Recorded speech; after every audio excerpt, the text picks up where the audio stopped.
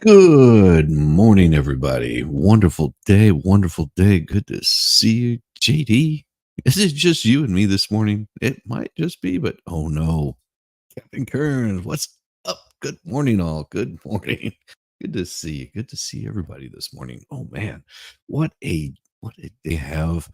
It is Monday morning. It's bright, it's early, sun shining, and of course, we're here.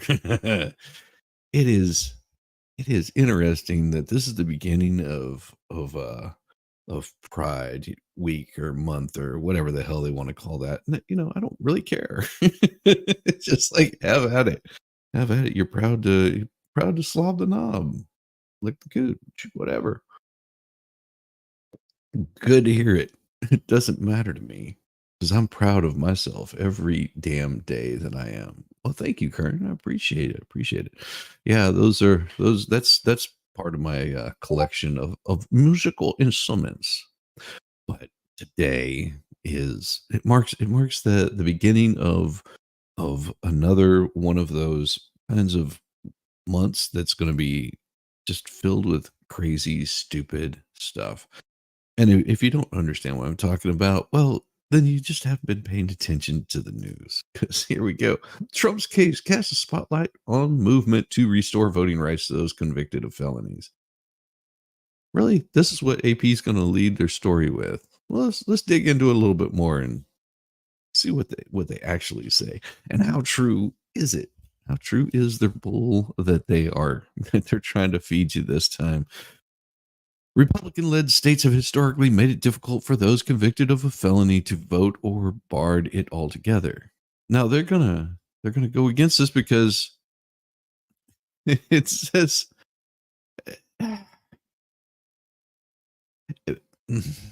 so Republic now keep in mind this first paragraph states that they've historically made it difficult for a felon to vote. Okay.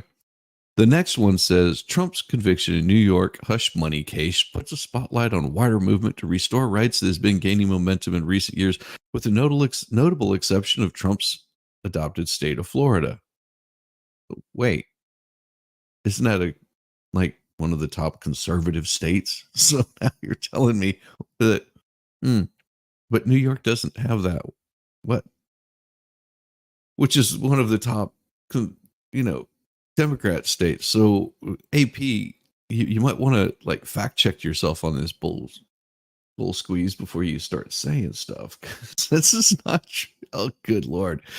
Florida voters approved a constitutional amendment in 2018 restoring the right to vote for an estimated 1.8 million people in the state who had felony convictions, but the Republican controlled legislature watered it down by making payment of all fines, fees, and court costs part of the requirement before voting rights could be restored.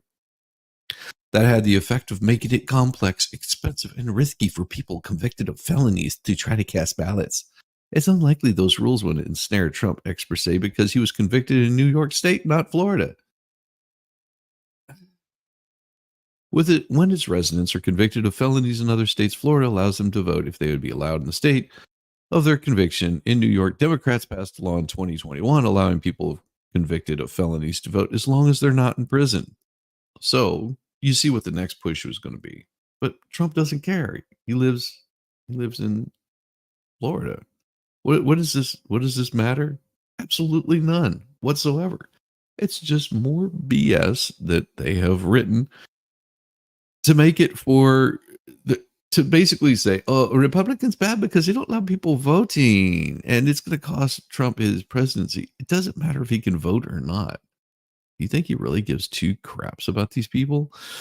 We think this highlights the need for a standard for everybody, whether you're a former president or you're a citizen who simply wants to participate in voting, said Neil Voles, deputy red director of Florida Rights Restoration Coalition. And I could imagine that this guy right here is most likely part of a left wing group. Let's look and see. Is he? Ah, let's see if he is. We'll pull this up and see if we can find out about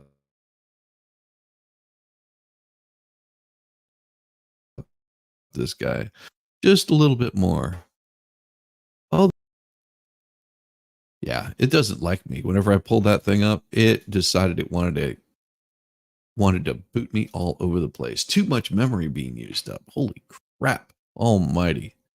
Yeah, we don't even care. This is just ridiculous. Blair Bowie, the Campaign Legal Center, another left-wing project. The Sentencing Project, another one.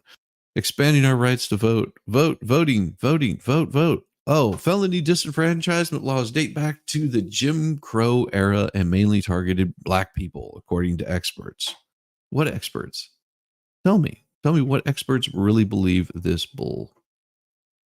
I don't think that experts believe this. While black people make a disproportionate share of people prohibited from voting because of felony disenfranchisement, you committed a felony. Yeah, the infamous Jim Crow. Yes, imagine that. It is so damned ridiculous that they have to throw this up every single damn time. Do you it's disenfranchisement. It's felony disenfranchisement. Your rights were taken away from you because you committed a felony. I mean, so you're telling me that people that commit felonies, we should let them go. Just let them go ahead and vote. Why not let them go ahead and vote? I mean, doesn't that sound wonderful? Why don't we ask this guy right here if he should have his rights returned to vote? Why don't we ask this guy? If Ohio officials asked for public's help in finding a pew pewer who deleted just one, and wounded 24 at a party. Why don't we ask this guy? And as soon as we find this guy, what do you want to bet that he's going to be felony disenfranchised? So is that what we're calling criminals now? Felony disenfranchisements?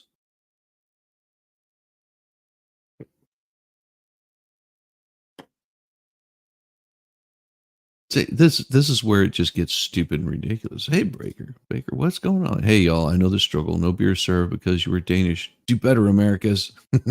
How you doing, brother? Good to see you. More Karen Reed today. Man, oh man. Ah, I feel for you, Baker. I really do. In Akron, the mayor and police chief of Akron called on witnesses to come forward with information about a mass pew-pewing in the Ohio city that deleted one person and wounded 24 others, some critically, just after midnight on Sunday. Huh. How much you want to bet when they find this guy or girl? Don't want to sexually misappropriate here. Then they find this person of interest, and the only reason that they're showing it as a mass pew pewing, and they haven't released, that it might be another black on black crime, is because you can tell it that that's what it was. I mean, why would I dispute it? How can you dispute it? Because if this was a white on black crime or a black on white crime, that's the first thing that they would be mentioning. Yeah, mass pew pewing is illegal, so it can't happen. That is the truth right there. This is what you read the news, you can pretty much tell. Thank you, AP, for you just what was that? What is that I hear? Oh, you can't hear it because it's a dog whistle. This was a tragic incident which impacts our entire community. How? How does it impact your entire community? I think it only impacts 24, 25 people. There you go. Not your entire community. What does it impact your entire community because it's a black on black crime? Would that be the reason? I don't know. The shooting that deleted a 27-year-old man whose identity was not immediately released. Why wouldn't it be released? I mean, you're really happy to jump on Jesse Smollett whenever he gets jumped before you even find out that it was a black on black crime. He had no problem jumping on that right away, saying, "Oh, it was a Trump supporter that did this at 2 o'clock in the morning on the coldest winter in Chicago while he was going to get a Subway sandwich." You had no problem jumping on that right away. Yeah. So there you go. That community shouldn't have access to Pew Pew 6. Problem solved. There were 25 victims, including the man who is deleted, and at least 2 wounded victims remain in critical condition. Okay, why don't you talk about the other people? No arrests were immediately reported, and police asked for anyone with information to call the detectives. Well, the rewards totaling $22,500 for information leading to the arrest of the suspect were offered by 3 agencies from Crime Stoppers, from U.S. Marshal Service, and from the Bureau of ATF. What? They have added an extra one on there. They should maybe just change their name to Fate. Maybe they should just change their name to Fate. I mean, it's gone from alcohol, tobacco, firearms, and explosives. So why don't we just call it Fate? We have to hold our people accountable when they commit violence. That is the only way we can keep our community safe, Malik said. Investigators found 2 handguns, more than 35 bullet shell casings at the scene of the outdoor party where the shooting took place. Wait, 2 handguns, 35 shell casings, but no people. Huh. There was a street party in the area before the gunfire broke out, and an unnamed witness at the scene says hundreds of people were enjoying themselves, with everyone in white t-shirts and on top of women on top of vehicles dancing. Wait, I think you just gave yourself away. I'm trying to picture what in what communities that really happens quite often. Hmm. Mugshot that doesn't fit the narrative. Yeah. Good morning, Ingrid. How are you doing this morning? And for all you fine folks that came in, good morning, greetings, salutations. Glad you're here this morning. It's gonna be another one of those crazy days. That the heat of summer is coming along, and it's just getting crazier and crazier. They just cannot help themselves. These people just cannot help themselves in the slightest bit. Border mayors heading to DC for Tuesday's immigration announcement. Border mayors. So are these mayors that border on something? Well, let's read a little further and see where they're going with this one. McAllen, Texas. At least 2 Texas border, just 2. 2 Texas border mayors are headed to Washington on Tuesday when President Joe Biden is expected to announce an executive order that will mark his latest and most aggressive plan to curtail the number of illegals allowed in the U.S. Brownsville Mayor John Cohen and Edinburgh Mayor Ramiro Garza both confirmed they were invited to the White House for an immigration announcement on Tuesday. Well, what about let me guess. These mayors must be Democrats. They must be, because they can't help themselves. Good morning, Zach. Good morning. Ribeye to the broken baker. There you go. There you go. Definitely do that. It will mark his latest and most aggressive plan to curtail the number of illegals allowed in. Brownsville Mayor, notably, there you go. Notably, the Democrat mayor of Eagle Pass, the Texas-Mexico border town where the number of illegals led the state-federal clash over border security, had not received an invitation as of Sunday. The mayor from McAllen said he was invited but could not attend because of a prior commitment. The White House spokesman did not immediately return requests for comment on other mayors who were invited to the announcement. The AP reported last week that the White House was finalizing an executive order that could shut down asylum requests that automatically deny illegals once the number of people encountered by the U.S. border officially exceeds a new daily threshold. We know that it slows down. Good morning, Wallstrom. Biden curtails illegals. It's not all he does. The unilateral action is expected even as the number of border crossings at the southern border has declined since December, due in large part of Mexico's escalated enforcement efforts. But Biden wants to head off any potential spike in illegals that cross later in the year. Oh, because as the fall election draws closer, when weather cools and numbers tend to rise. So it's all for pomp and circumstance. It actually does nothing to curtail it. I don't know how to curtail it. Nice boat, 50 cows. Illegal immigration remains a concern for voters ahead of November. Oh, is that the only reason you're moving on it now? Because other than that, you could give two shits about it. As your what do you call it? Your border czar, your what that spent her visit to the border in another country altogether.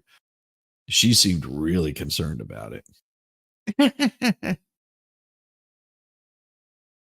Biden elector with Republicans eager to punish Biden electorally over the issue. No, they want him out. He's a criminal. Huh. Democrats have responded that Republicans, at the behest of Donald Trump, killed a bipartisan border deal with Congress that would have led to the toughest legislative restrictions on asylum in years. I told you they were going to say this. What did I say back in January, whenever I was talking about this? I said they're going to use this BS Ukraine bill that they've been pushing. They're pushing a Ukraine bill to get $75 million. Oh, and then a little bit over to Mexico, like 1/10 of that over to Mexico. But it's not really even going to be used in Mexico because a good majority of that is just for border, which includes the Ukraine border that's right there, across from the United States. It also included border security in Israel. That was what they were talking about whenever they said border security. So they're more than happy to use this against the Republicans come this time around. And that's all they'll do. They'll just constantly twist the story to their liking, no matter which way they would have voted. Had the Republicans voted for that bill and allowed it to pass, they would have been saying, look, Republicans even approved sending money to Ukraine. They went against, sending money to the border because the border is not that meaningful because they don't care. Democrats' whole goal is all about the money. Everyone thinks, oh, they're just looking to destroy the U.S. No, there's other people that are looking to destroy the U.S.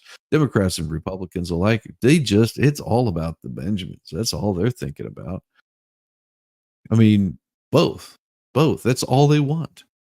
That is all that they want. And I can't show you enough of how easy it is for these folks to basically, misunderstand that, yeah, I might, as I might be conservative, I don't like crap like this. First Energy made a secret $1 million payment in 2017 to support Husted campaign in Ohio. Well, look at this. Akron-based energy company at the center of $60 million bribery scheme in Ohio gave a secret $1 million contribution to a dark money group backing Republican Lieutenant Governor John Huston in 2018 in his bid for governor. The contribution from First Energy Corp to Freedom Frontier, political 501c4 nonprofit, came at the onset of the House Bill 6 scandal when dark money groups were being created that would ultimately be used to funnel bribe money to Republican Larry Householder as he secured the Ohio House speakership. Do you think this had anything to do with the pew-pewing in Ohio? I don't know. Maybe. Hit that like button, everyone. I love it. Legal question. Why are there not actual thousands of arrests each June for indecent exposure and indecent exposure to a child? Tell me the law is fair now. I don't know what that means. I don't know what that means.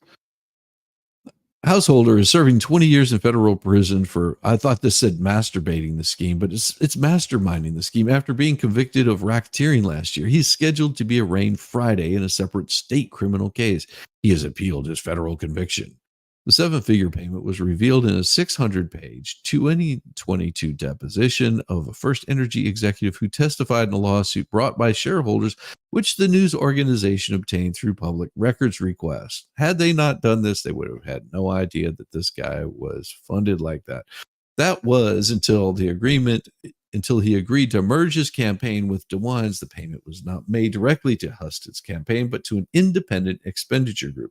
Husted's spokeswoman, Haley Carducci, said Husted, who is positioning for a 2026 gubernatorial run, was not affiliated with Freedom Frontier. After DeWine and Husted were elected in 2018, Husted helped to advance Sam Randazzo as the fledgling administration's nominee, blah, blah, blah.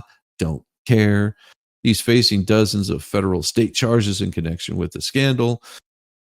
Neither DeWine nor Husted has ever been accused of criminal or civil wrongdoing related to either passage of HB House Bill 6 or Randazzo's appointment. However, documents belonging to the two were subpoenaed as part of the investors' lawsuit, and Husted was scheduled to be deposed. Freedom Frontier wasn't required to disclose its donors of $2.2 million in contributions on its 2017 tax return, blah, blah, blah, blah. Yeah. So these are criminals. These are criminals through and through. Yeah, here you go. Here he is. He had pleaded not guilty Friday to 10 additional felony counts brought against him by the state. And it's funny. Michael Douglas pays solidarity visit to southern Israel. Didn't he say that eating the cooch got him mouth cancer? Charges brought by a Republican Attorney General Dave Houst against Householder included 1 count theft in office, 2 counts aggravated theft, 1 count telecommunications fraud, 1 count money laundering, 5 counts of tampering with records.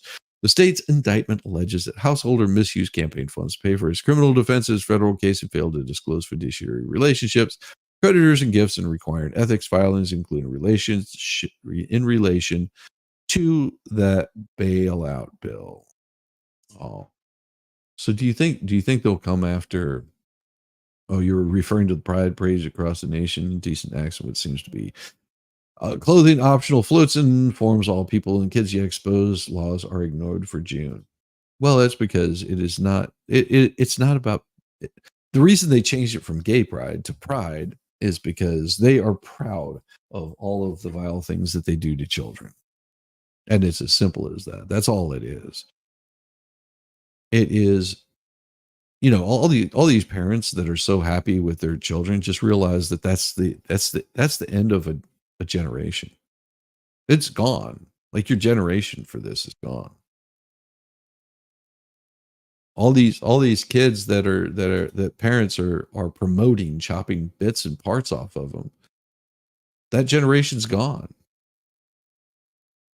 It's there. It is no more. They will never exist again. They wiped off any future children. Like, maybe they'll be bred in some sort of fun little petri dish using some genetic material. Maybe that's why they're so up on the lab grown meat. As far as I can tell, that's all they are. These people are just creating life to be horrible. But thank you, Captain Kern. I appreciate it. Yeah, they do eliminate it. It goes deeper than that. Oh, so much deeper. It's about eliminating an entire species. That's all it is. It's self-destruction. That's right. Lab-grown offspring coming soon. Hey, good morning. Sorry, folks. Sorry for bothering you. I wanted to offer. Oh, you can go just F off too. How's that? Look at this. This guy has no idea about me, does he? Well, guess what? There, you just got yourself completely banned. Damn bot. I don't see it in here. They just disappeared. Hmm. I guess someone else got them. Well, Shaky Fool Q, that's over on the Twitter. That's why. You're a dumbass, Shaky Fool Q. You have no idea anything about me. Once you learn, you'll figure it out. That was over on the Twitter side, getting attacked over there. Sometimes I'm glad that I won't be around for the real mess. Oh, that's a bot over on the Twitter side. Yeah, that's all it was. Good morning. Good morning. Yeah, the Twitch bots are out in mass. Yeah. Hit and run. Yeah, that's what it was. I was like, why can't I see? Oh, then I looked, I was like, oh, that's over on the, you know, what do you call it? Twitch bot. Thank you. Not a Twitter bot, Twitch bot. Oh my God. Yeah. It's stupid. It's absolutely ridiculous. I do see though that it's so weird to me. I don't understand. So Mexico election 2024 highlights Claudia Scheinbaum. That does not sound like a Hispanic name. She doesn't look very Hispanic either. But hey, who am I to judge there? I don't look Native American either. Actually, I look like every other Native American. Mexico City Central Plaza, the Zocalo, erupted in applause and cheers early Monday morning as Mexico's projected first woman president, Claudia Scheinbaum. Her name is Claudia Scheinbaum, and pumped her fist before the crowd. We women have landed in the presidency, she said amid a roar from supporters. We're going to govern for everyone, even the cartels. That's funny that they talk about this. They talk about these cartels and all of these horrible people in Mexico. The same ones that Trump talks about coming into our country illegally and pulling shenanigans. But yet the AP doesn't figure this out. That's what he was talking about. The news agencies haven't figured out that's what he was talking about. Those same people are pumping fentanyl into our country, and they're celebrating their first woman president. Hooray. Chants broke out as she referred to her political mentor, President Andrea Manuel Lopez Obrador. She promised to preserve his legacy and continue many of his popular policies, including payments to elderly Mexicans and students. However, instead of the packed plaza that greeted the current president, which would be Andre Manuel Lopez Obrador, early Monday morning, there were only a few thousand supporters, a sign that she still lacked the massive support her mentor enjoys. Sarah Rios, 76, a retired literature professor in Mexico's most esteemed university, celebrated the victory among throngs of supporters. I thought it said thongs of supporters, but said Scheinbaum has a long road ahead with many challenges, especially the country's ongoing cartel violence. What? No. Mexico cartel violence? You gotta be kidding me. That wouldn't be happening in Mexico. She will make an effort to pacify the country and will make progress, but it's a slow process. The only way for us to progress is by working together so we can progress a little bit more, because progress is the progress of being progressive.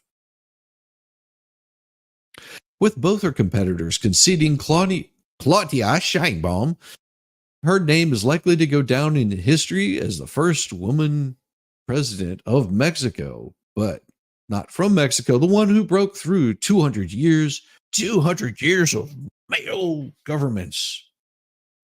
Wait, you're telling me that governments are all male? Is that what it is? Is that what they're going to be pushing in 2030, 31, whatever the hell? Mexico now joins the list of 11 Latin American nations that have been governed by women. Oh, and all of them suck balls. Really? Mexico's on the same way of being totally screwed. I mean, come on. We've got Argentina, Bolivia, Brazil, Chile, Costa Rica, Ecuador, El Salvador, Haiti, Honduras, Nicaragua, and Panama. All of these are shithole countries. Tell me otherwise, that Ecuador hasn't had shit going on, or El Salvador, or Haiti, or Honduras. Nicaragua and Panama, geez Louise. You've got some of the worst freaking countries up here for human rights crimes. Their countries are complete shitholes. Their economies are completely destroyed. And it's bragging to say, oh, now they've been ruled by women. Great. Great way to go, women. Way to screw up a good thing. She has to progress to skimming from the cartels. Yeah. Yeah. When in doubt, just say progress. Yeah, she's actually Lithuanian. Oh my fucking God. I'm sorry. Oh my effing God. The country with 129 million inhabitants and the second largest economy in Latin America, known for its machismo and violence against women. Really? Hmm. That's what Mexico's known for. Good job, Mexico. Ah, wait a AP, you just really screw this up, don't you? Hey, AP, I gotta ask you. Whenever this was written, did did you ever think that you were just saying exactly what Trump said? Did you ever put this in did you ever put two and two together? That you were that Trump says, no, these are not good people that are coming across the border. I'm sure there's some fine people that are there and deserve to be, you know, looking for something better. But don't we want the best and brightest and not like the scum of the earth coming across? Oh, but here you are. Here you are talking about that Mexico with 129.5 million inhabitants, second largest economy in Latin America, is known for its violence against women and how shitty people they are. They're the being the rapists. They are doing horrible things to peoples. The projected winner of the Moreno Party will now have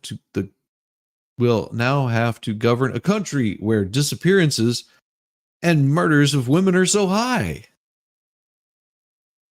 Well, geez, Louise, AP, how dare you talk so bad about the Mexico?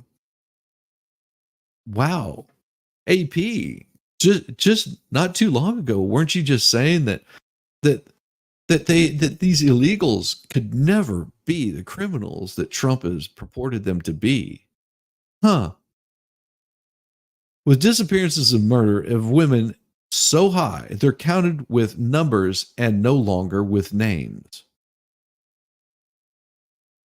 Really? And you want to tell us that these illegals that are coming across into the United States, their countries are run so freaking great by women that they've got to get the hell away from them. Good job, women. What a slap in the face. AP, way to go. Finally reported something true and honest. I am surprised. You're finally starting to get it. Maybe the rest of the United States will get it and start sending these people back whence they came. Send them back to the crap hole countries where they voted women into power. Because hey, that's a glorious thing. Shouldn't we be celebrating women? Or is it should we should be oh, it's this month. I'm sorry. We're supposed to support, doing vile things in public. That's where the support comes from. Have you guys ever been to a pride parade? I mean, seriously. If you have, that's fine. That's if that's your kink, then go ahead. Yeah, I've been to Mardi Gras, and it still was not as bad as anything I've ever heard about going on in pride parades, where you have grown men riding around on bicycles with their junk hanging out. There might not be bicycle seats on there. Just saying. It's ridiculous. And they and people wonder why. Why would you want to come to the US? If you want to come to the US, you want to do that illegally. Well, I don't know why you want to. Maybe that's why this month there's lower people coming across because they're like, I don't know, man. I just saw two guys blowing each other over there. I don't think I want to go to that country. Just saying, that's not the place I want to be. You know, they expose children in public, like Captain Kern said. They uh they expose children in public and celebrate it as a glorious thing. Like I said, it is all about the money. They do not care about people. This is what degeneracy starts to look like. And it's only going to get worse. The degeneracy of the United States is only going to get worse over time. It's not going to get better. It's going to get much, much, much worse. Degeneracy, well, it's not the same as pride. Of course it's not. But see, it used to be gay pride. It used to be about gay men saying, "Hey, we're happy and we're proud and we're gay, and we want to let the world know that we're proud and we're gay." And somehow the gay pride went away. Maybe they're no longer proud. Well, I mean, I wouldn't be if you started telling me that, those things that belong up on walls besides guitars, maps, that those were okay in your little group of nomenclature numbers because that really is helpful for your cause. That's really helpful for your cause to say that it's okay to go after children. That become a new standard for pride because the gays are just like, hell, I don't want to be any part of this crap. When did I think children was okay? When did I think chopping off children's bits and parts were okay? When did it become okay? Never. That's the thing. It never became okay. And now you've got the is and all we've been hearing since what January is what the gays or whatever trans for Palestine, and they're even clashing them against themselves. What, you don't believe me? Jeez. All you have to do is just pull up a couple of neat little videos about this, and you'll see that the gays are attacking each other. You know, and if you don't believe me, so here we go. Because now it is no longer. Yeah, there you go.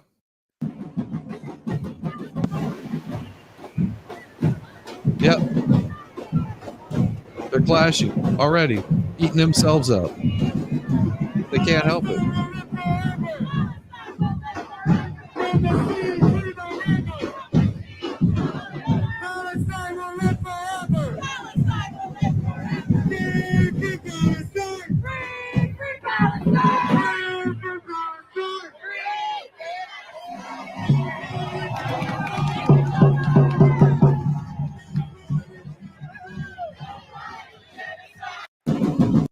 Yeah, they're eating each other up, like in the worst possible ways. Good morning, T Rex. Good morning, love June, because your birthday is next Monday. Absolutely. I think we should call this T Rex month.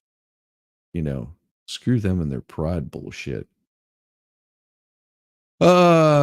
Circumcision mutilates children too, pushed by religion. Absolutely. Absolutely. There's also a reason for doing that. It's more than just that. There's more than just that to the circumcisions.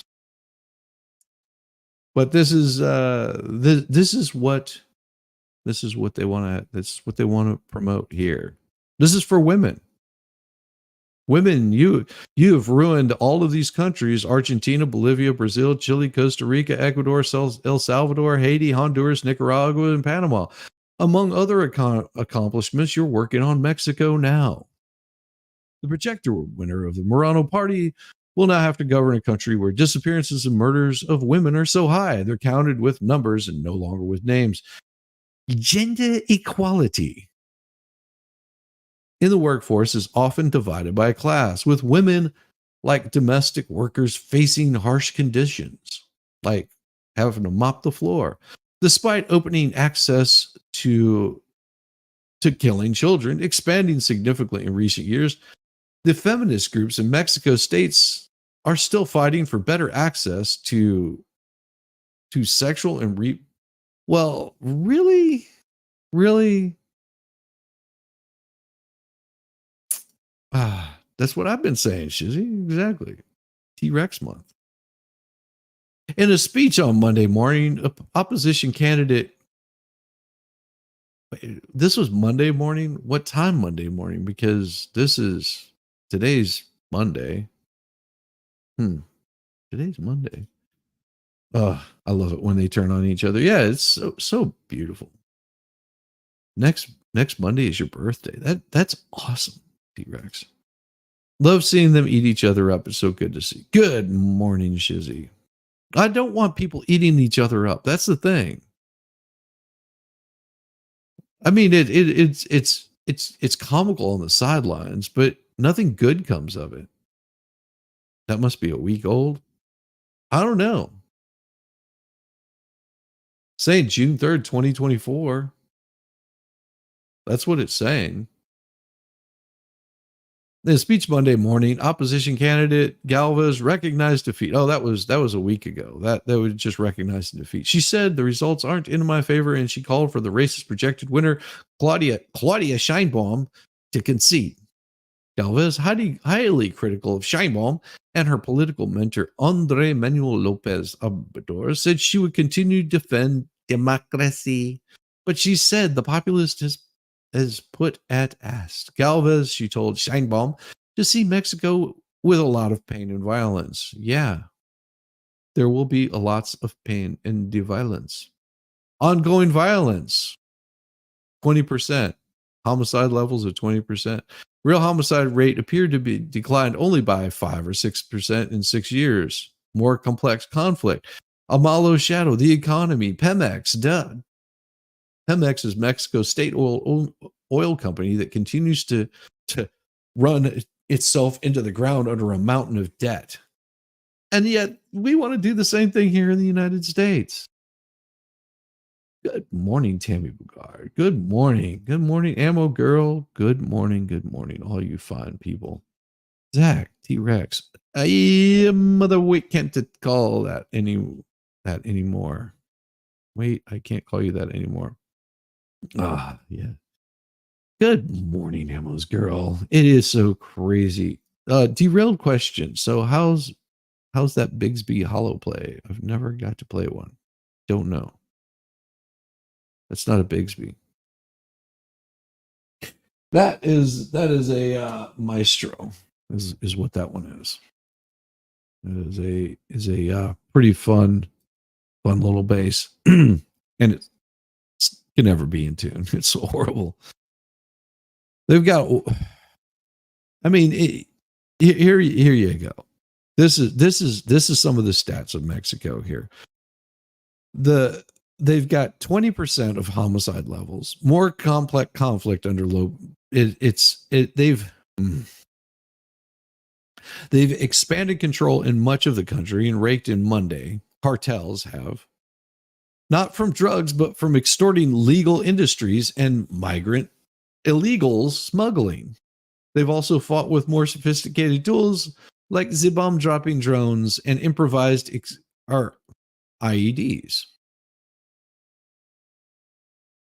Amalo's shadow. While Mexico's next president will likely make history as being the first woman leader, they will likely struggle to step out of the shadow of larger than life image of a man.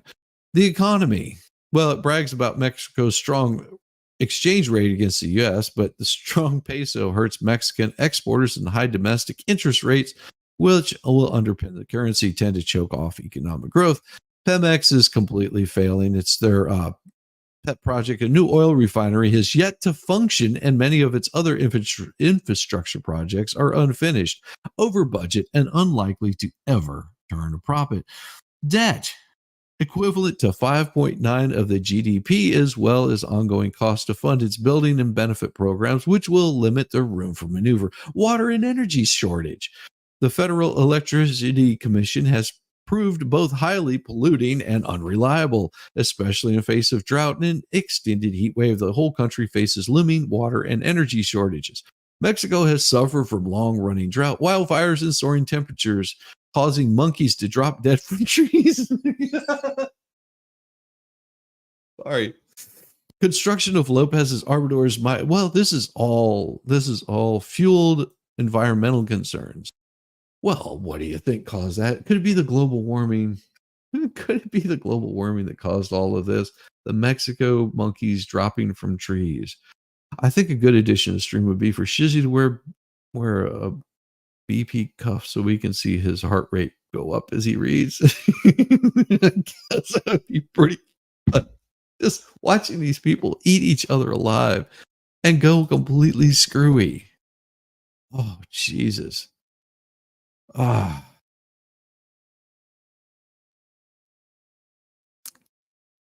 I find these so hilarious.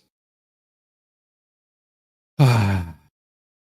Well, let's see what they want to say about this one here. Back focus. Trump is responds to guilty verdict with attacks and false claims. Oh, really? Oh, here you go. Here's Melissa. Melissa, we've figured out does not know how to fact check. We have figured this out already. Former President Donald Trump on Friday addressed his conviction on 34 felony counts of falsifying business records in what prosecutors have called a scheme to illegally influence the 2016 election by paying hush money to silence the accounts of women who claimed to have extramarital sex with him. While making his comments, he repeated numerous false or unsupported claims that he's made not only during the trial but while campaigning for a second term as president. His comments made from Trump Tower range from blaming Biden administration for orchestrating the hush money case to other false claims about the trial and other issues facing the country. Melissa, you're an idiot. Oh, she's going off of the claim this is all done by Biden and his people. Wait, that is incorrect. It was done by Biden and his cronies and people representing themselves as Biden supporters. That's not a false claim. So right there, I guess I would say whoever you are, Melissa, your fact check failed right off the bat. So we're not even going to read it because you failed. Like failed horribly. Just like the New York's mayor. Eric Adams. New York City's rat-hating mayor Eric Adams is once again ticketed for rats at his Brooklyn property. Oh, really? Well, why is this? New York's rat-hating mayor has once again been ticketed for rat infestation at his Brooklyn property. Mayor Eric Adams' latest ticket was issued by a city health inspector May 16th at a row house he owns on Bedford's whatever neighborhood. The inspector observed fresh rat droppings and a rat burrow at the front left base of the staircase of the property. It's his fifth rodent violation since becoming mayor in 2022. He can contest the ticket in July 7th before an Office of Administrative Trials and Hearings. The spokesperson for Adams, Liz Garcia, said in a statement, the mayor prides himself on keeping his property clean. He will review the summons and follow all standard procedures. Adams, a Democrat, frequently proclaims, I hate rats, has once proved it by demonstrating a device that drowned them in a vat of caustic liquid.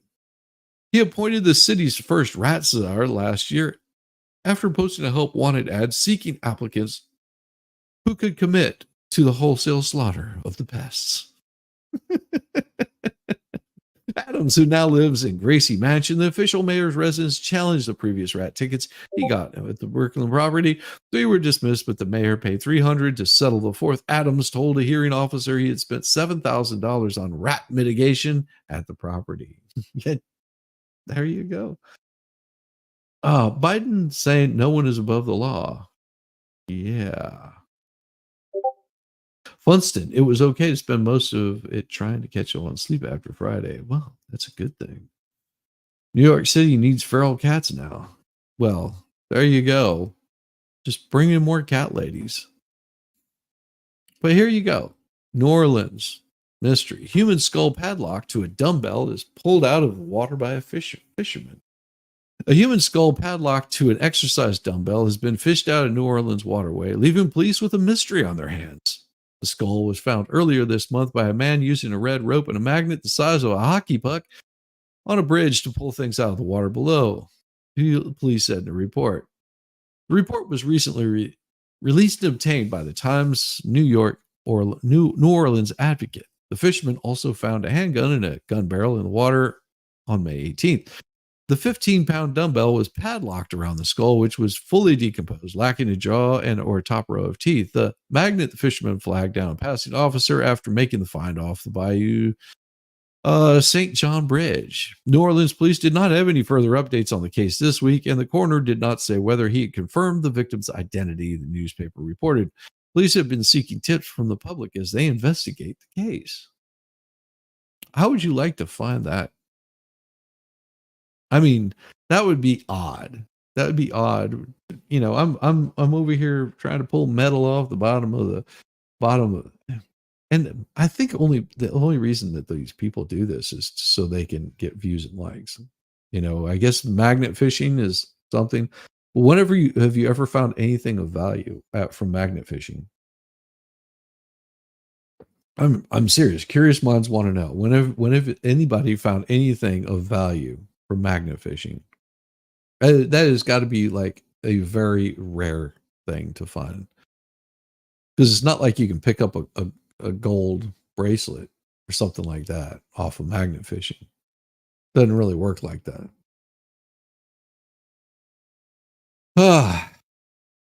But chasing cheese wheels or lugging sacks of wool, UK competitors embrace quirky extreme races, like falling down hills. Dairy-loving daredevils threw caution to the wind Monday for one of Britain's most extreme annual events. Now, this was written on May 27th. Cheese rolling. Cheered by several thousand spectators, scores of reckless racers chased 7-pound, 3-kilogram wheels of cheese I'm not even going to try to pronounce that. Cheese down the near vertical Cooper's Hill near Gloucester.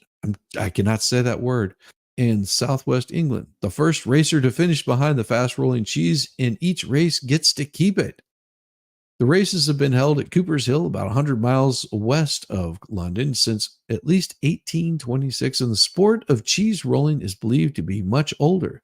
The rough and tumble event also comes with safety concerns. Few competitors managed to stay on their feet all the way down the 200-meter hill, 200-yard, 180-meter hill.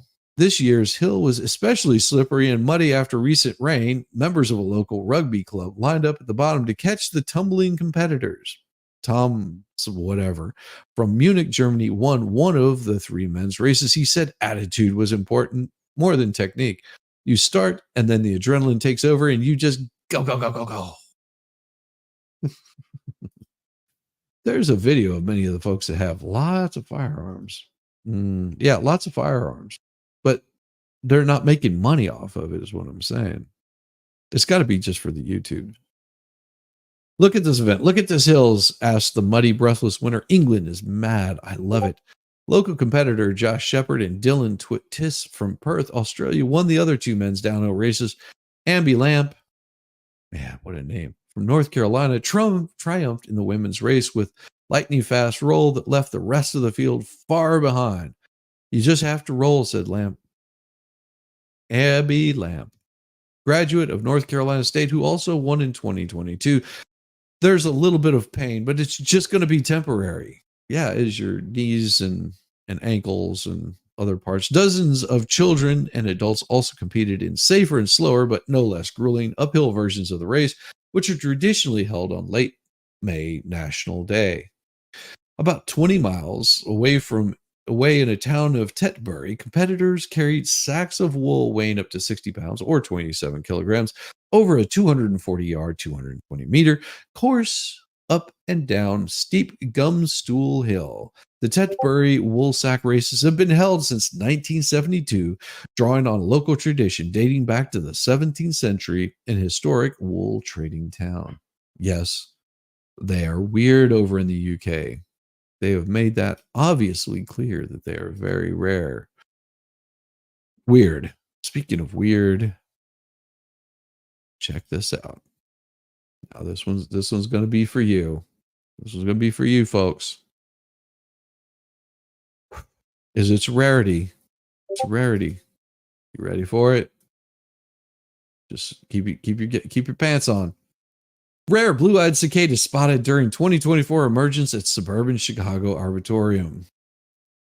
Yes. In Lisle, Illinois, it was late morning when the Morton Arboretum's senior horticulturist Kate Morup arrived at the children's garden with a special guest, a rare blue-eyed female Majestica Sacin cicada spotted earlier in the day by a visitor. A lucky few saw the cicada Friday at the Arboretum in Lisle, Illinois, before its release back into the world in suburban Chicago. To join its red-eye relatives, the more common look for the most cicada species in the 2024 cicada emergency gets underway. As the enclosure opened, the blue-eyed lady looked flight to a tree. The unique bug then flew down to land on the pants of Stephanie Adams, plant health care leader. Intrigued by the young guest snapped photos. "It's a casualty of the job," said Adams, who frequently is decorated with urine from the bugs. "It's a casualty of the job." Floyd W. Shockley, collections manager of the Department of Entomology at the Smithsonian Institute, said the blue-eyed cicada is rare, but just how rare is uncertain. "We like our cicadas with red eyes. It's impossible to estimate how rare, since you have to collect all the cicadas to know what percentage of the population has blue-eyed mutation. Periodical cicadas emerge every 13 or 17 years. The only 17-year brood is beginning to show. As far as spots as north as Lisle, there are 3 different species digging out of the ground, attaching to trees, peeing on people, shedding their exoskeletons, and putting on a show for the ages. The appearance of them on trees, just the sheer volume of them, looks like science fiction," Adams said.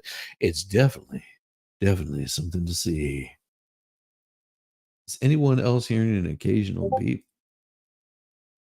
You know what that is? That beep that you're hearing in the background has to do with something else in entirety. It is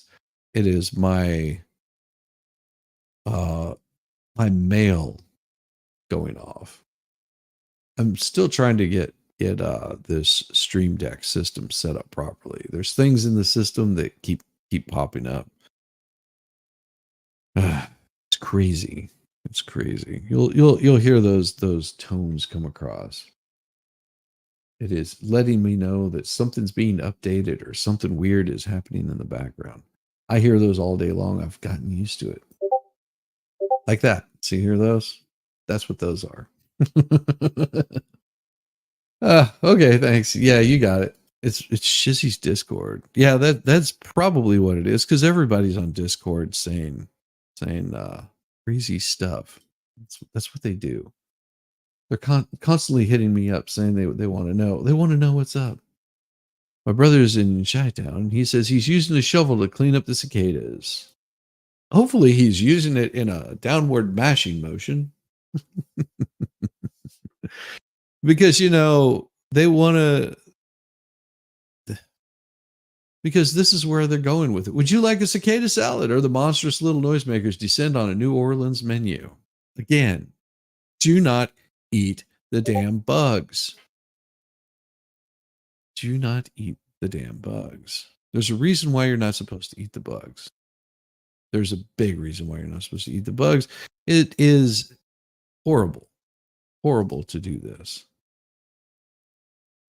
The nation prepares for trillions of red-eye bugs, and of course, blocks away in a French Quarter, Antone's and Brennan's, the Audubon Insectarium in New Orleans. Insectarium in New Orleans has started up a long array of alternative insect-based treats at its bug appetit. And they keep promoting this like people are going to go and eat bugs from April 19th. Okay. I was going to say, they're telling me again to eat bugs. No, don't do it. It's bad. Bad for you. Bad for you. Ah, I'm gonna. Yeah, see, now you got me thinking about that damn Discord. We'll just turn that shite off. I always forget that you guys can hear those now. There we go. That'll stop that for the time being. Up close and personal, cicadas display nature's artwork. Discerning beholders will find beauty in the bugs. No. With rich reds, gentle greens, basic blacks, nature's screaming, crawling artwork is the epitome of rare beauty, at least to the eyes of some beholders. To others, it may just seem, well, freaking creepy. Yeah, this is weird. It's creepy. I'm sure up close they're wonderful. No, I don't care. They were just so beautiful that I fell in love, said Martin, who supported a cicada bolo tie during the Zoom interview. It looked like a fairy. No, if you want, this is the month of fairies. If you want to see fairies, just go down to your local Pride place.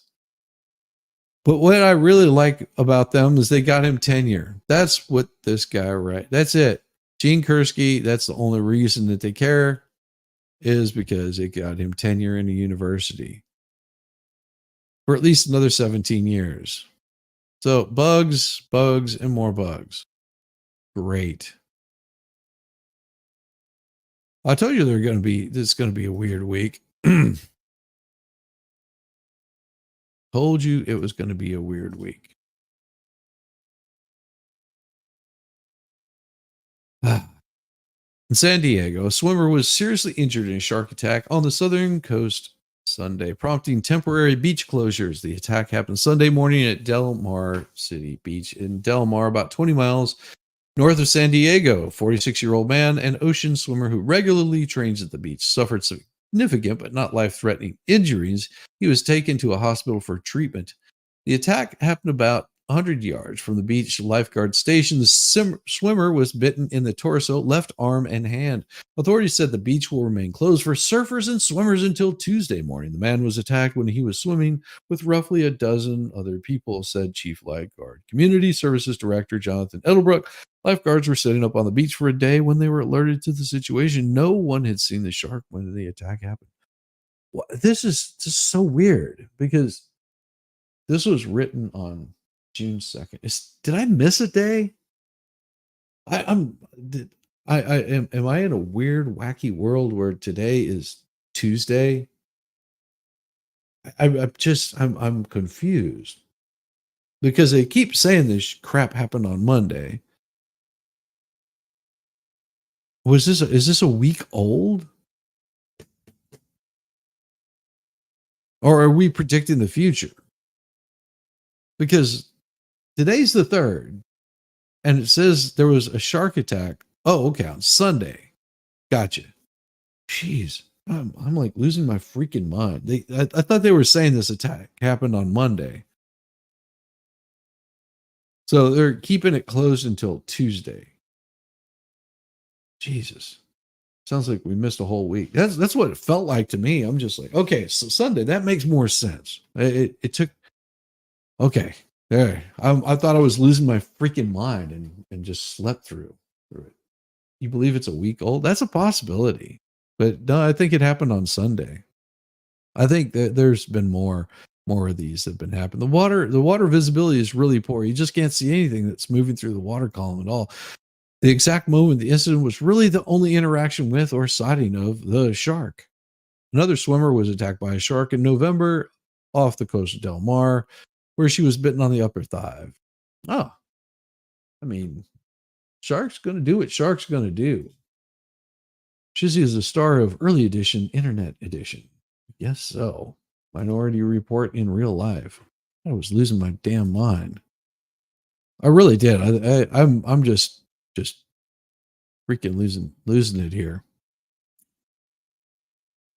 But of course, as everybody likes to talk about the poor weather in Oklahoma, in Texas, Michigan, or wherever the hell, in Tornado Alley, you forget about this. Tallahassee mayor says cost from May's 10 tornado now tops 50 million as the city seeks federal aid. Recovery from the May 10th tornado outbreak has cost Florida's capacity city 50 million so far. Florida officials have requested that the Federal Emergency Management Agency declare a major disaster, which could make local government and individuals eligible for federal assistance. FEMA has not yet approved such a declaration. That's where we can be most impactful as a community, and government is working with FEMA. Daly said the total cost of the city will increase as city workers continue cleaning up the debris. 2 people died in the storms from injuries caused by falling trees, a 47-year-old woman and a 17-year-old girl.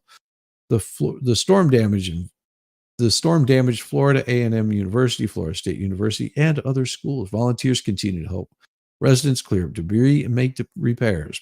Members of the Tallahassee Rotary Club on Saturday helped remove a tree from the roof of one home and cover up a hole with a tarp. She had a limb straight through, like an 8-foot limb straight through her roof, and we were able to pull that out. Yeah, pull it out, get it out of the roof.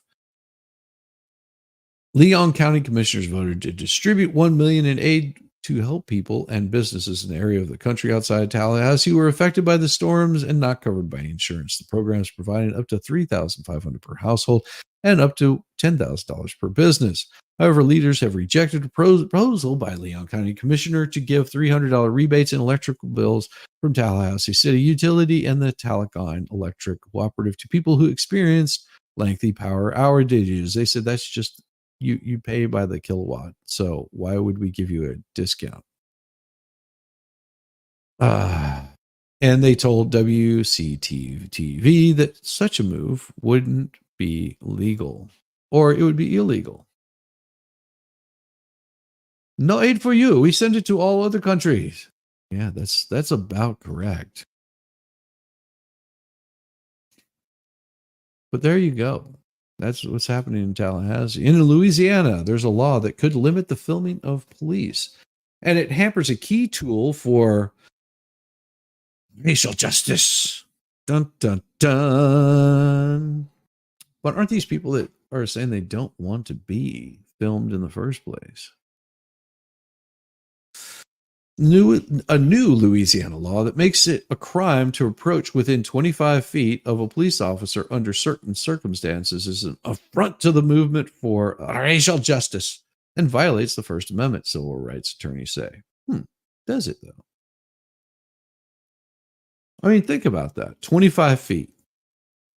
I mean, go and get yourself a tape measure. Just pull out a little tape measure. Extend that thing out 25 feet and see how close that is. That's pretty damn close. You don't need to be up in someone's face to film them or for you to hear what they're saying, unless they're whispering it. Now, I would take the hit of a crime if I was being attacked by a police officer and I happened to be filming them. So does that mean that they turn off their body cams at that point? Well, body cams show a lot. Critics have said the law signed this week by Republican Governor Jeff Landry could hinder the public's ability to film officers. Bystander cell phone videos are largely credited with revealing police misconduct, such as the 2020 deleting of George Floyd by a white Minneapolis police officer. No, what convicted him of that was the fact that he had his knee on his back. That's all. No, they've already shown where the knee was placed, and it's unfortunate that, he went down for it, but hey, so goes it. When you enact a law that prevents people from seeing for themselves whether injustice is being done, that is the biggest thing against civil rights you can ever do. No, it's whenever you have 80 people standing around with cell phones, acting fools, and not helping out. That's whenever it becomes a problem. Because, you know, think about this. Do you think that would have happened with George Floyd had there not been somebody standing there filming him? Because you take a police officer away from being able to do what he's supposed to be doing, which is arresting somebody and locking him up, whenever you have to separate your police away from to basically do crowd control. Do you think he had to stay there and hold this guy in place for even longer if he would have had some help that was keeping people back from trying to keep them from getting involved? I mean, I saw the footage. Hooray, whoopee twang! But what I saw in that footage was three police officers that were having to back people off because they wanted to get right within arm reach with their freaking cell phones. They wanted to yell and they wanted to scream and they wanted to curse and they wanted to cause problems. Instead of the police officers being able to arrest the guy, put him in the back of the truck, someone that's clearly having a fentanyl episode, and all of a sudden it becomes a big thing. I mean, that was just handled poorly. They didn't have enough support. But oh no, it's more about going after the police officer that is holding the guy down so he doesn't like fight with him anymore. It's just stupid. And then all of a sudden, it becomes a big love of George Floyd.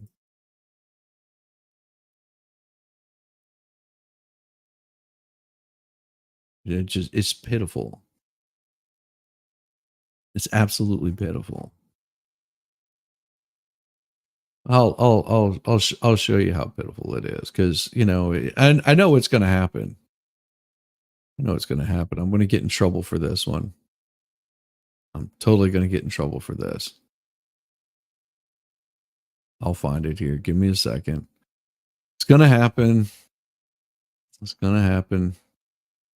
I had it pulled up a while back, and I knew it was going to get me in trouble, but it's just so damn funny that I have to show it. Give me a second. Let me find it here. I have to go back through a lot of these bookmarks because it is it's going to be impossible to not laugh. It's impossible to not laugh at this one. Give me just a second. Where is it? It's going to get me in trouble. I know it is. Where is it? Where is it? Where is it?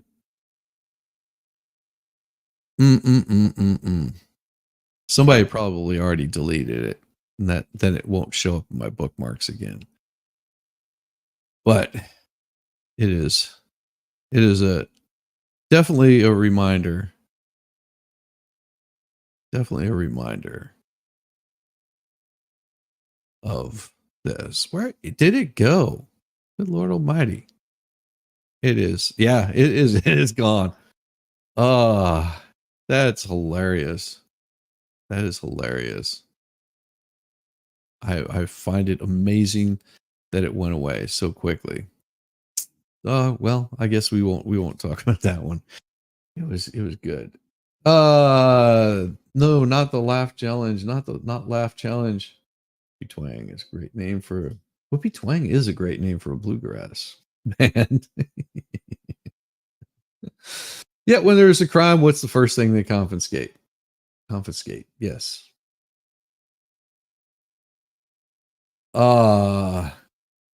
Your hailstorm estimate is officially 78 million. The county paid for auditors to come out late last week. Yet our city will still not ask for FEMA assistance. Yeah. 25 foot is not much to ask. Who likes people looking over their shoulder when they work? Yeah. Well, you have to understand that these people that are filming it probably just don't even have a job anyway, or don't know what it's like to work.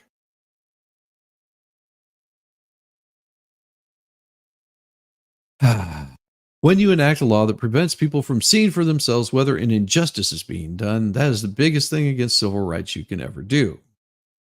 Williams said the images of police attacking demonstrators during the civil rights movements were instrumental to its success in advancing racial justice. I don't believe that for a second. Didn't advance jack squat. Oh, it's the Cochran firm in Atlanta. That explains a lot. The Cochran firm in Atlanta. You know whose namesake that is. That's Johnny Cochran. His firm is expanded to Atlanta. Williams said the images of people attacking demonstrators during the civil rights movement were instrumental. No, they weren't. Proponents argue the new law will create a buffer zone to help ensure the safety of officers and that bystanders will still be close enough to film police interactions. I agree. Ron DeSantis signed a similar measure into law in April, saying it would help ensure law enforcement officers in his state can do their jobs without the threat of harassment. Amazing how that works. In a statement at the time, DeSantis drew a distinction with blue states, saying Florida would continue to be the friendliest state in the nation towards our law enforcement community. Louisiana measures author Representative Brian Fontmont said the legislation was drafted to provide officers peace of mind and safe distance to do their job. Yeah, because whenever you get assholes crowding up on you, it starts to panic you a little bit. You want to make sure that you get out of those. Good to see you, Pam Williams. Good to see you. Yep, absolutely. But attorneys says states including Florida and Louisiana already have laws that criminalize efforts to obstruct police. Yes, but that doesn't stop it in the moment. That's the thing, because they'll fight the police obstruction charge. What it makes is if it's a crime, then immediately a police officer has the ability to beat you off and arrest you with whoever they were trying to arrest. Most interactions with police, believe it or not, are not violent. Most interactions with police are pretty chill. Most police officers are going to be pretty chill. It's whenever you start acting a fool that bad things happen. It's easy to be able to talk with a police officer that isn't having a bad day. If you're going to speed, don't do it, in the middle of their shift, whenever they've already dealt with, 50 people that are bitching and moaning about the ticket for speeding in a no speeding zone. Figures. The key in every other state is, are you disrupting the conduct of the officer? Said Gary Weber, a constitutional law expert in Atlanta. Probably not an attorney, who has represented numerous people in lawsuits over filming police misconduct. Oh, I guess he is an attorney. Gary, whatever. One of the problems with Louisiana law is it creates a presumption that one is interfering if they're within 25 feet and they have been given a warning. Yeah, your point.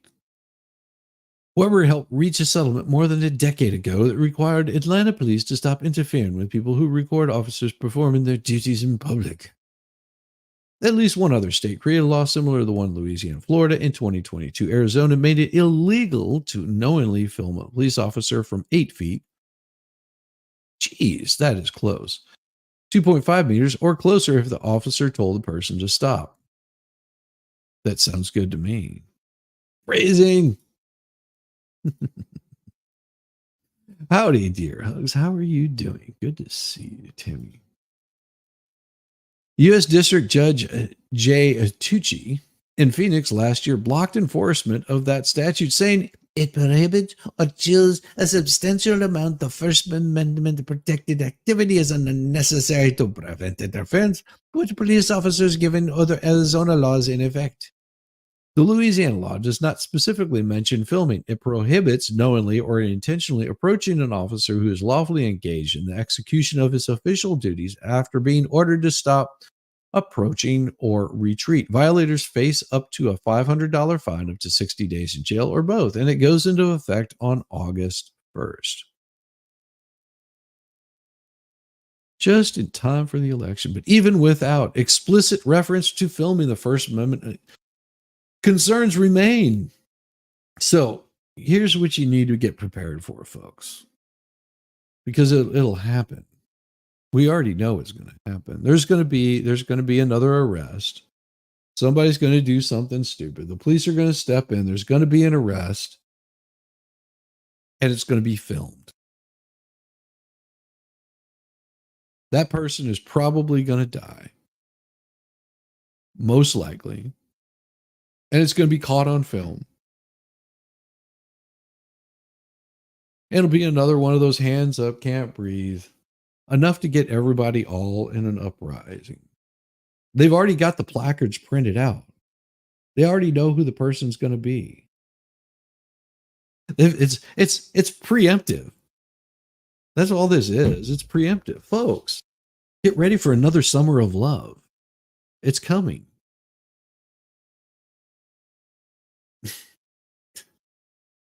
I'm putting a prediction out there right now. Another summer of love and burning cities to the ground is coming. Because they've got to have another distraction. Your politicians want to have another distraction. And the AP is ready for it. I mean, I hope it doesn't happen, but I see the writing on the wall. It's coming. Folks, get ready for another summer of love, another summer of your cities getting burned down, another summer of people attacking people violently. It's going to happen. Even the camera on your phone has a zoom. Yeah, but it happens. It doesn't get the audio. That's the problem. You got to have the audio. Because see, things get taken out of context. And this is the problem with people in their videos. They're edited. They're cut. They're edited. See, a lot of people were in an uproar over George Floyd before they saw the whole thing. And then whenever they saw the whole thing, they were like, oh, he was resisting. They tried putting him in the police car. He was having a panic attack because he was high off his freaking rocker. It sort of put things a little more in perspective. Yeah. Yeah, everyone knows who St. Floyd is. No one remembers David Dorn. Yeah. But we'll be expecting more of it this year. My prediction is this is what they're warming up for. Left, right, it doesn't matter. Your evil overlords. This is what they're gearing up for. They're gearing up for another summer of love. What are they saying? How are they conducting themselves?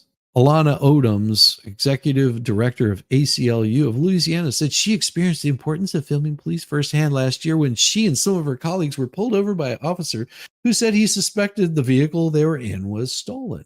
The car wasn't stolen. Odoms, who had denounced the new Louisiana law, said she believes justification was pretextual.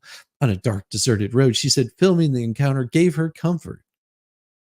I'm probably within 8 to 10 feet of the officer, and then 2 or 3 feet, she recalled. I would not be able to do any of that. No, you would absolutely be able to do that. This is, geez. This is the problem with not reading the law. There would be no problem with you filming the officer as they're trying to arrest you or asking you questions. But you wouldn't be able to film your friend getting a beat down that took a swing at the police officers, what they're saying. That's what they're saying. You know, after your friend took a swing at the police officer, they would want you to move 25 feet back because their fear would be that you would jump in there and start giving the officer that's trying to do his lawful duty by arresting the person that took a swing at him. They don't want you in the area because what if that person is carrying a weapon and pulls it out? The officer can't be paying attention to you, can't be paying attention to this other person at the same time. Idiots. But of course, you know, she's She feels safe because she can whip out her video camera on a dark, deserted road all by her lonesomes. I mean, if I was an evil, horrible person, which I'm not, but if I was an evil, horrible person, do you think me pulling you over, you pulling out a camera and recording me is going to stop me from doing evil, horrible things to you? You're all alone on a dark, deserted highway, you and your weak little spaghetti arms, sweetheart. Do you think that it's going to stop me from doing something horrible to you, taking your camera and destroying the phone? It just disappears in a microwave somewhere. Do you think I'm that stupid that if I meant you harm on a dark desert highway, that you would you feel safe and secure knowing that you filmed me?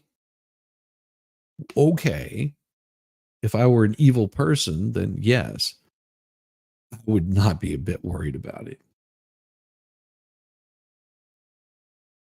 Roberts rejects the Senate Democrats' request to discuss Supreme Court ethics and Alito flag controversy. Well, Chief Justice Roberts on Thursday, he declined an invitation to meet with the Democrat senators to talk about the Supreme Court ethics and the controversy over flags that flew outside of the homes owned by Justice Samuel Alito. Roberts' response came in a letter to the senators a day after Alito separately wrote to them, the House members, to reject their demands that he recuse himself from a major Supreme Court case involving Donald Trump and the January 6 peoples because of the flags, which are like those carried by the rioters in January 6, 2021 attack on the Capitol.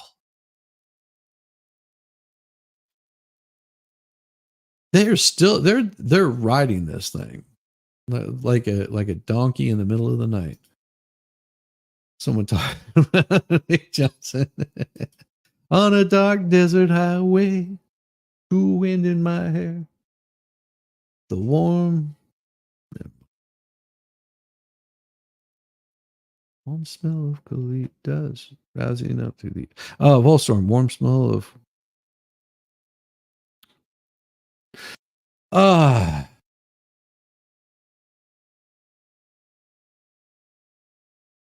which are like those carried by rioters on the January 6, 2021 attack on the Capitol. Senate Judiciary Dick Durbin. Dick. Hey, Dick. How's it going, Dick? Chairman Dick Durbin. And Senator Sheldon Whitehouse, both Democrats, a member of the Judiciary panel, had written Roberts a week ago asking for the meeting, and Robert takes steps to ensure that Alito recuses himself from any cases before the court concerning January 6th, Republican former president's attempts to overturn the 2020 election. And Roberts wrote, I must respectfully decline your request for a meeting, you assholes.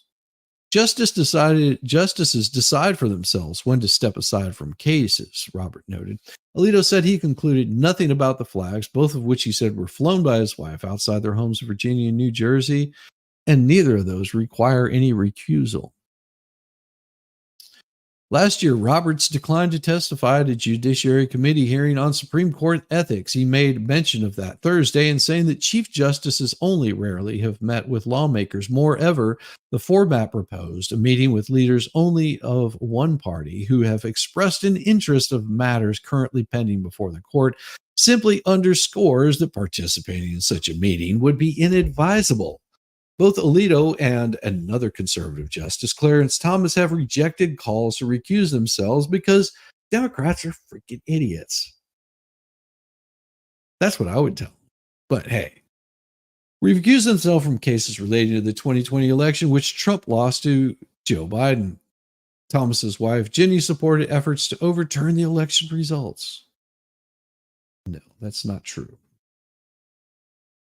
Can you say First Amendment? No, because here's the thing. These people don't give agency to anybody else. Why would they give agency to a justice? People that call for this kind of stuff, they don't give agency to the black man. They don't give agency to the Mexican.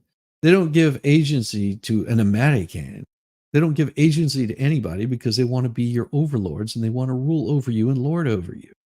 What makes you think that they would ever give agency to a justice or their wife for having a differing opinion. You need coffee and an IV bag this morning. Ugh. And public trust in the Supreme Court is its lowest point in 50 years. By whom? Because last that I remember, justices were not elected, they were appointed. Last I remember, justices don't give two shits about what the public thinks about them. That is not their job. That is not their job. Last I checked, justices don't answer to lawmakers, except for being brought in and becoming justices.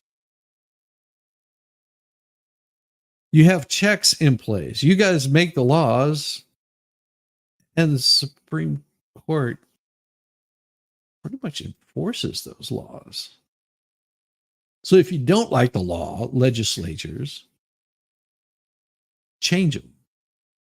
That's what you're there to do. If you don't like the laws as they're written, then change them. And good luck with that. Durbin's office issued a statement downplaying Roberts' concerns. Durbin's only interest is restoring the credibility of the court in the eyes of the American peoples. Nobody gives two shits, dick. The justices are considering two major cases relating to what happened on in the Capitol, including charges faced by the people that were there in the Capitol and whether Trump has immunity from prosecution over over documents that were stolen out of his home and added to.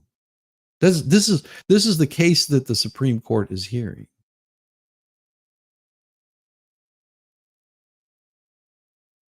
But see, they went ahead in New York to carry on with their BS. Because do you think that the judges are going to be looking at this and going, he has presidential immunity, you dumbasses? See, they really don't want them looking at this. The New York Times reported an inverted American flag was seen at Alito's home. Who cares?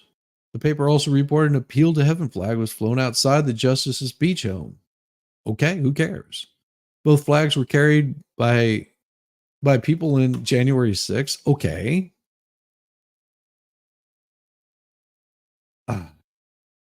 I thought about chewing the coffee beans and spitting them in the basket. It does work. Alito has said the American flag was flown by his wife amid a dispute with neighbors he had no part in. He said she also flew the appeal to heaven flag, but was unaware of its ties to, because they don't. That's just that. Okay, so if we're going to go down their road of logic, we're going to go down the left's road of logic. Here's the left's road of logic. If you fly or you happen to look at a gay flag, the whole pride flag, that means that you're an evil, horrible person that likes to mutilate children. There you go. You want correlation? Every time you see someone waving those happy flags, you know, the rainbow flags that even have the brown stain on them. Yeah, those right there. Every time you see someone waving those, just recognize that they're into doing vile things to children. They're into human trafficking. That's what they're all supporting. There you go. You want correlation? How ridiculous does that sound? It sounds stupid. Judicial ethics codes focus on the need for justices to be independent, avoiding political statements or opinions on any matters they could be called on to decide. The Supreme Court had long gone without its own code of ethics, but this adopted one in November 2023 in the face of sustained criticism over the undisclosed trips and gifts from wealthy benefactors to some justices. Really? The code lacks a means of enforcement, though, and Judiciary Panel approved legislation last year that would get stricter standards, but Republicans have been staunchly opposed to any efforts to tell the court what to do. No, pass the fucking law. It's as simple as that. Pass the law. Here's where it bites you in the ass. If you ever see a politician hesitant to pass a law and they have to lobby for it and they have to promote the shit out of it, it means it's probably a really bad law. Most likely, it's going to be a crappy law. Because if it can't be passed unanimously, then there's something wrong with that law. There's somebody disagreeing with left, right, doesn't matter. There's a reason for it. So the American flag being flown is concerning, but completely acceptable for the Palestinian flag to be displayed outside the offices of the Hill. Yeah, because they promote genocide. That's what it is. They're genocidal maniacs. So every time you see one of those Palestinian flags, just remember that you're promoting the gays being deleted. You're promoting women to be stoned. You're promoting the homos to be thrown off the top of buildings. I don't ever say homos. I mean Homo sapiens, people, humans being thrown off the top of buildings. You're promoting people having their heads removed from their neck. Okay, that's what you're promoting every time you promote that Palestinian flag. Prove me wrong. Prove me wrong that whenever you're supporting that Palestinian flag, that you're not supporting hiding behind a bunch of women and children as you fire rockets into another country. Tell me that you're not good with that. Tell me every time that you see that Palestinian flag flown in front of a government office that they're not promoting mass genocide against a whole group of people. Tell me. Prove me wrong. Go ahead, AP. Prove me wrong that every time that you sit there and you get all up in arms over this bullshit that happened about flying an American flag as a distress signal showing that America is in distress because you support Palestine much more than you support the American flag. Tell me that it's appropriate that you can take our embassies and fly the pride flag over the American flag, thinking that that's something that's acceptable. Yet whenever somebody flies a flag upside down, that's completely unacceptable because we're in a state of distress. Tell me that it's appropriate that you chop off women's and children's body parts and men's body parts and say that that's okay. Tell me that it's acceptable. Tell me that it's acceptable. I'll do it the way that North Korea does. North and South Korea. Look at this.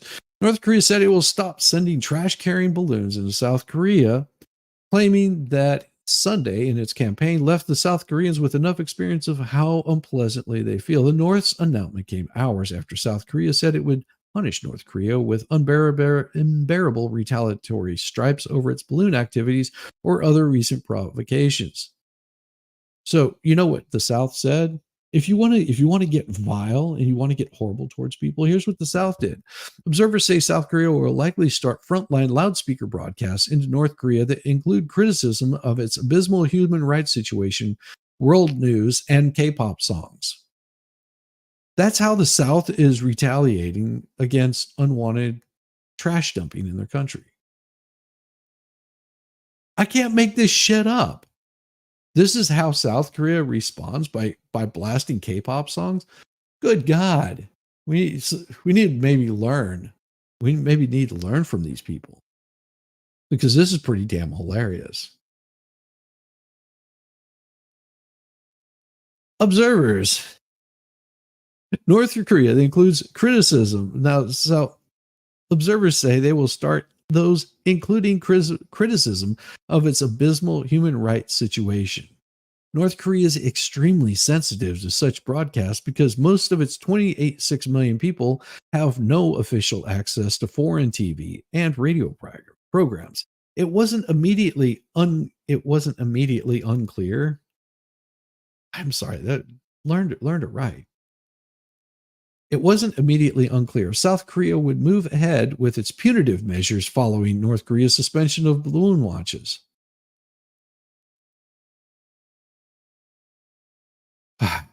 On Sunday night, Kim Kang, to a North Korean vice defense minister, said North Korea will suspend its balloon activities and that there were countermeasures against previous South Korean leaflet campaigns. We made the Republic of Korea plans enough to get experience. How much experience and pleasant they feel, how much efforts need to remove the shattered waste paper. We'll send it over to China.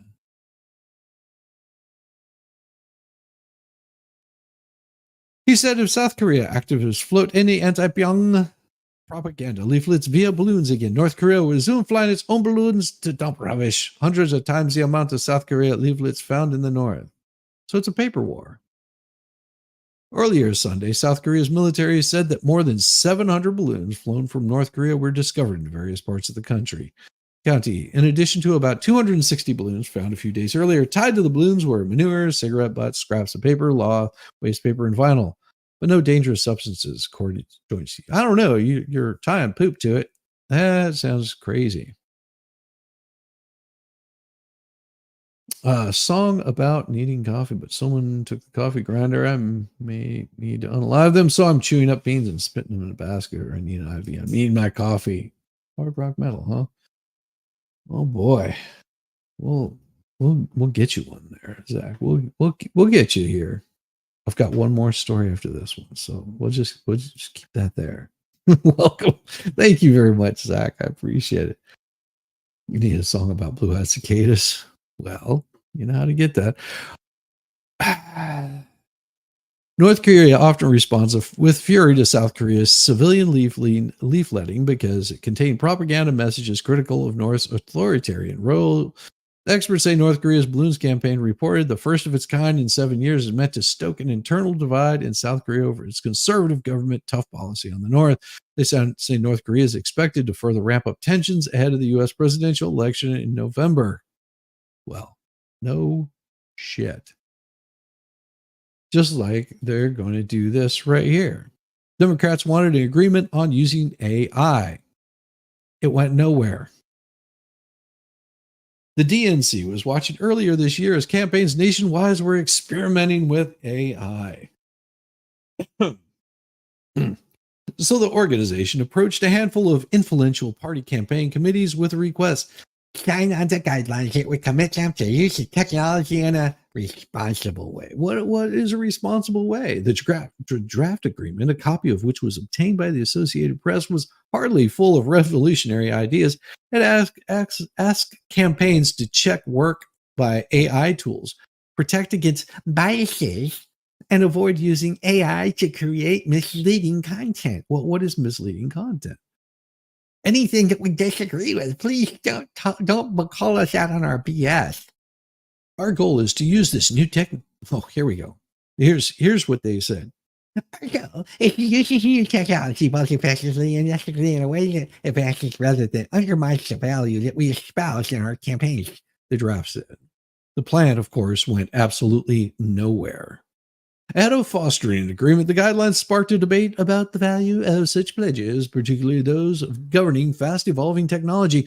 Among the concerns expressed by Democrat campaign organizers, such a pledge might hamstring their ability to deploy AI and could turn off donors with ties to the AI industry. Some committee officials were also urged that the GNC gave them only a few days to agree to the guidelines. Really? Just a few days? We haven't even looked over what you want us to agree to. Well, that's how they do shit in Washington. Write a bunch of laws that nobody has had a chance to read over and hope that it passes. The proposal demise highlighted internal divisions over campaign tactics and the party's uncertainty over how to use AI. We can't figure this out because we're so used to the news stations covering our bullshit. Oh, jeez Louise. Warnings from experts. What experts? It's always the warnings from experts that the technology is supercharging the proliferation of disinformation. No, you just couldn't figure out how to use it to tell lies. Hannah Moldavane, a senior spokesperson at the DNC, said the group is not giving up on finding consensus. No shit, you probably won't. The DNC will continue to engage with our sister committees to discuss ideas and issues important to the Democrats' campaigns and the American voters, including AI. It's not uncommon for plans and ideas to shift, especially in the midst of a busy election. And any documents in this subject reflect early and ongoing conversations. DNC and our partners take seriously the opportunities to challenge presented by AI. The wrangling comes as campaigns increasingly deployed artificial intelligence computer system software processes that emulate aspects of human work and cognition to optimize workloads. That includes using large language models to write fundraising emails, tech supporters, and build chatbots to answer voters' questions. How is that bad? That's not spreading disinformation. That trend is expected to continue as November election approaches, with campaigns turning to supercharged generative AI tools to create text and images, as well as clone human voices and create video at lightning speeds. Okay. And your point. We already know where people stand. We already know where the left stands. We already know where the right stands. And this way you can get all those beautiful campaign contributions. All that money can come rolling in. And instead of hiring a whole team of people to do shit, this is basically all it is shit that they're doing. Because name one thing productive they're doing besides writing and doing an ad campaign. Whenever you could just get 2 or 3 people that are smart instead of, 15 people that are slightly okay. You can afford to pay 2 people that are really smart and let them punch in what they want AI to punch out. That's all that comes out of it. Much of that adoption, however, has been overshadowed by concerns about how campaigns could use artificial intelligence in ways that trick voters. Experts, here's these fucking artificial experts again, warn that AI has become so powerful that it has made it easy to generate deep fake videos. Oh, Jesus Christ. They've been doing that for at least the past 10 years. Audio snippets and other media targeting opposing candidates. Here's a perfect example. For my wife's birthday, or was it? Yeah, I think it was her birthday. My brother-in-law there was a phone number that you could punch in that basically would give a call, and it would be the president of the United States congratulating them on wishing them a happy birthday. And vote for me. That's all it was. I joke not. My wife was so pissed because it was President Trump at the time. And my wife being, the hardcore liberal that she is, boy, it boiled her whenever she heard that voice come across. But as soon as she hung up, it came back and called her again. You had to listen to the whole message for it to end, or else it would just keep calling you back.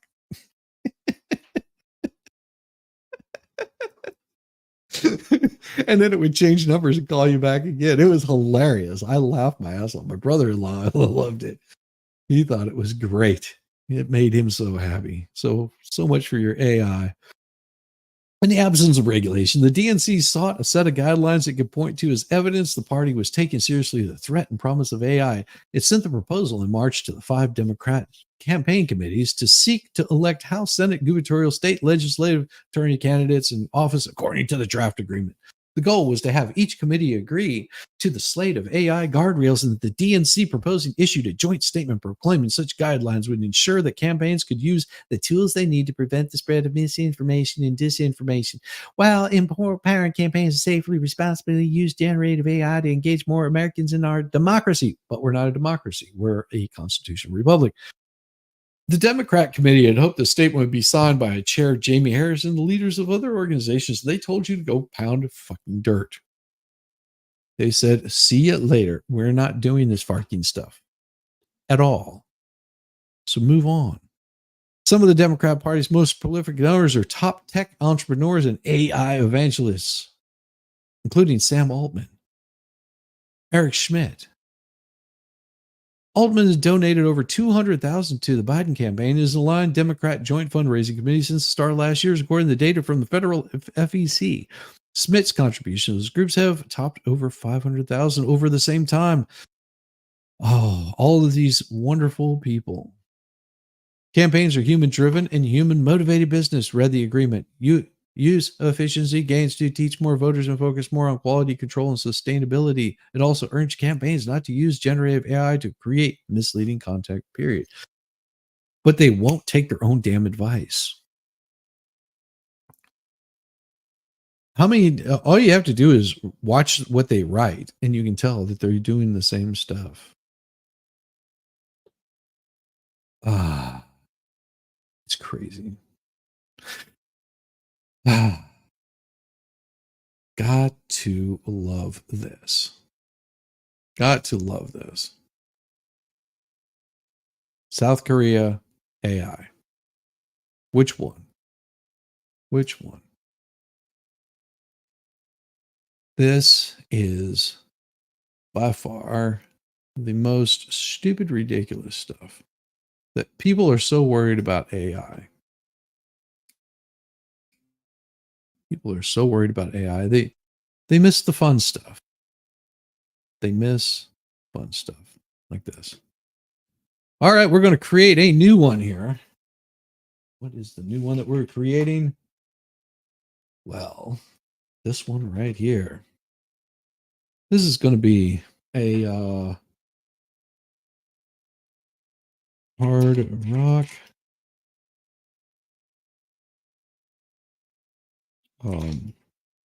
metal song about eating coffee so bad that unless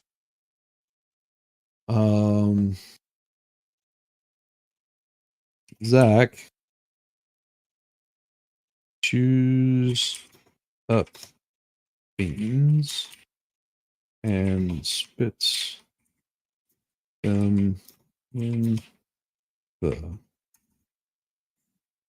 damn it. It's all caps. Let Zach chews up beans and spits them in the coffee basket.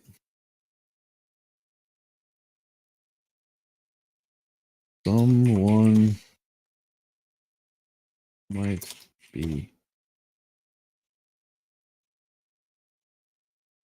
unalive. There we go. Let's see what happens. Oh. I worked on some songs for a Welsh lady yesterday, and I came up with some cool songs. They just didn't fit they didn't fit what I was trying to do.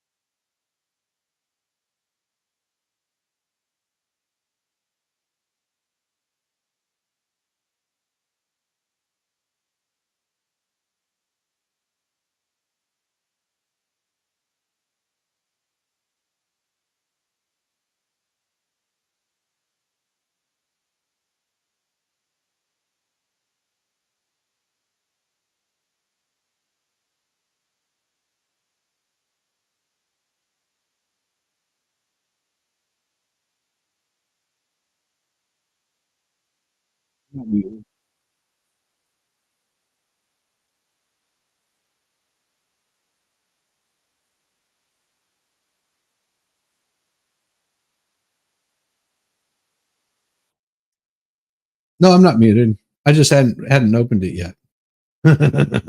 It's a good thing I didn't, because I had something that started playing in the background. Yeah, it's a good thing you couldn't hear this because I had something playing in the background I didn't want you guys to hear. So this one I did for Welsh Lady the other day.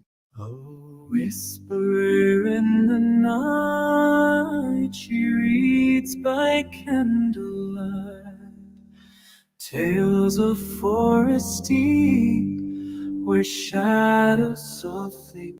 No, it's a good thing I did Boomer. Really, trust me. There's a good thing I did Boomer. For whatever reason, another app opened up and started playing music, and that's what I was listening to.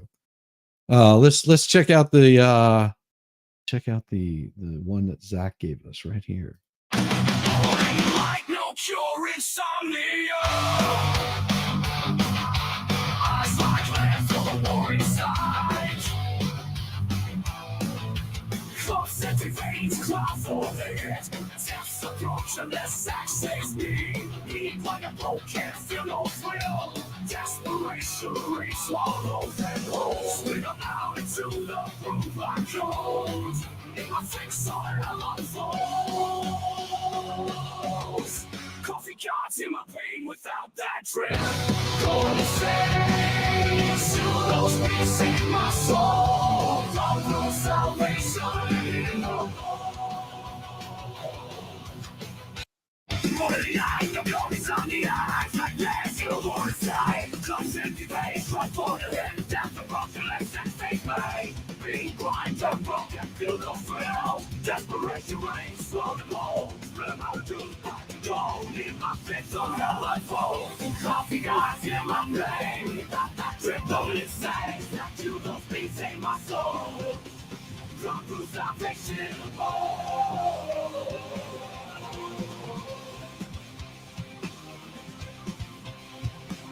Drunk through salvation in the bowl.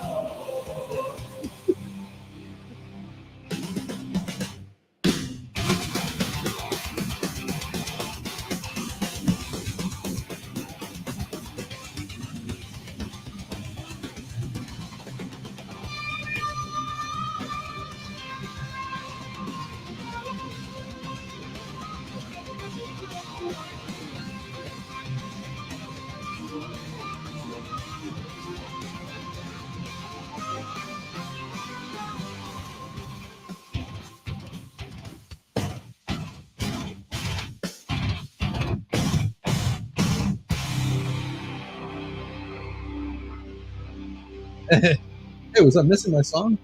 Oh, you have no idea. So there's that one, and then there's this one. Like no cure insomnia. Eyes like land for the war inside. Concentric veins claw for the head. Death's approach unless Zach saves me. Eat like a broken, feel no thrill. Desperation, re-swallow and hold. Spin them out into the groove I cold. In my fix on a lot of flows. Coffee cards in my pain without that drip. Cold face, those beats in my soul. Love no salvation in the bowl. All right.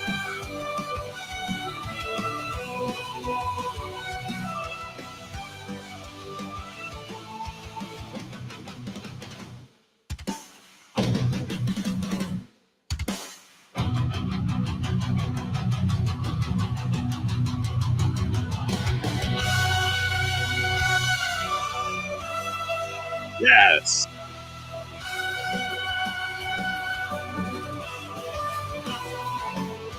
Coffee cards in my pain without that drip. Cold face, those beats in my soul. Love no salvation in the bowl.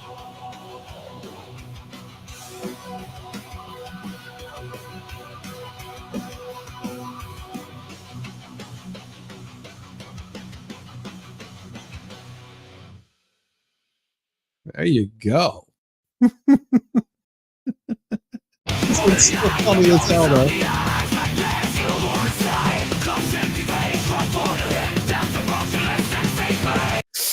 Oh my God. You guys are awesome. It is time for me to get out of here and have a little bit of damn fun on my own. This morning, I'm going to be sending all you fine folks over to see Mo. She is over there having a wonderful day today. Make sure you hit that like and subscribe on your way out. Hit the like and subscribe on your way into Mo's. And everyone, just remember, this is easy Monday is the beginning of Pride Month. So be proud. Be proud of what you are. If it means that you're proud to be, slobbering down on a knob or licking a bearded clam, doesn't matter to me. Be happy with what you're doing and go out and leave the kids alone. Now I gotta call somebody to come get me because my car turned into a spaceship and I don't know how to fly it. I'm not an astronaut.